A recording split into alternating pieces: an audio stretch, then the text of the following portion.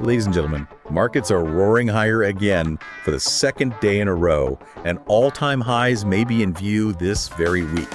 QQQ is within spitting distance of new highs. SPY and QQQ are still working around triangle-style consolidation structures, but these are also the exact market conditions where traders need to be hyper-aware of the death hook. Add in bonds selling off hard by the close, yields popping with big green candles, HYG still squeezing tightly inside its triangle, Bitcoin taking another hit, and metals still looking heavy near their prior swing lows, and there's plenty to watch even while stocks look strong. Let's walk through what Grok Trade is seeing as stocks push toward possible new highs.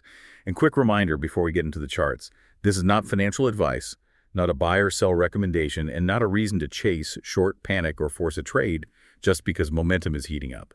Grok Trade is sharing market commentary, technical analysis, chart-based perspective, and trader education. So trade the chart in front of you, manage your risk, and speak with a qualified financial advisor for guidance specific to your situation. Definitely crucial to keep all of that in mind, especially today, Tuesday, June 30th, 2026. Yeah, exactly.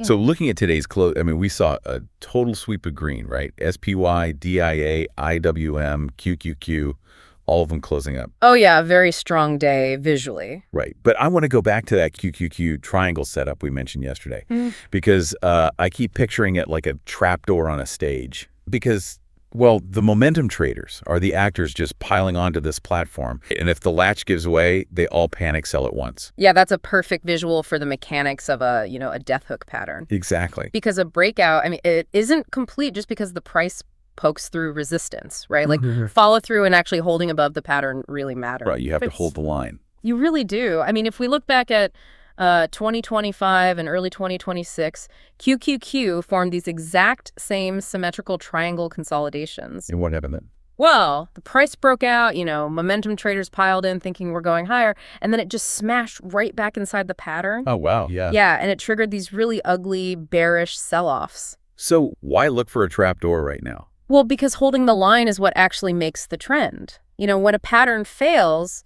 the unwinding of those trap positions just massively accelerates the selling. So you just have to respect the pattern failure. You absolutely have to, especially when cross-market signals really aren't confirming this whole equity rally. Drop a comment and tell Grok Trade what stock you're watching or what market question you want covered next. Your comments help shape future episodes around the charts viewers actually want us to review. And if these summaries help you stay sharp when markets are moving fast, hit the like button and subscribe so you can catch the next market update.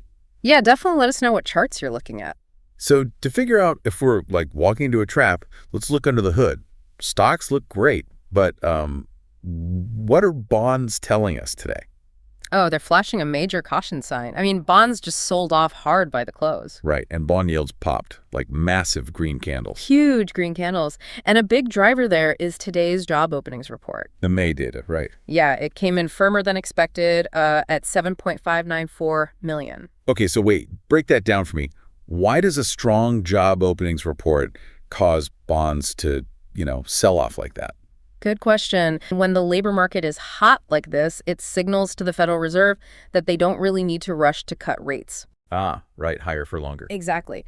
That expectation of higher rates drives bond yields up and consequently bond prices down. But I'm looking at HYG, the high yield corporate bond ETF, and it's not fully reflecting that bond weakness yet, is it? No, it's really not. It's just squeezing so tightly inside its own triangle, like right up against resistance. And that right there is the glaring divergence. The big question is, does HYG finally fall from that resistance later this week? Right, because tomorrow we've got war speaking plus the manufacturing PMI. Yep. And then Thursday's non-farm payrolls and the unemployment rate are the real looming tests for this market. It's not just bonds acting weird either. Bitcoin took a 2.58% hit today. Yeah, it looks undeniably heavy right now. Gold futures, GC, and silver futures, SI, are both just lingering right near their prior swing lows. So for you listening, the takeaway isn't to just, panic sell all your tech stocks today.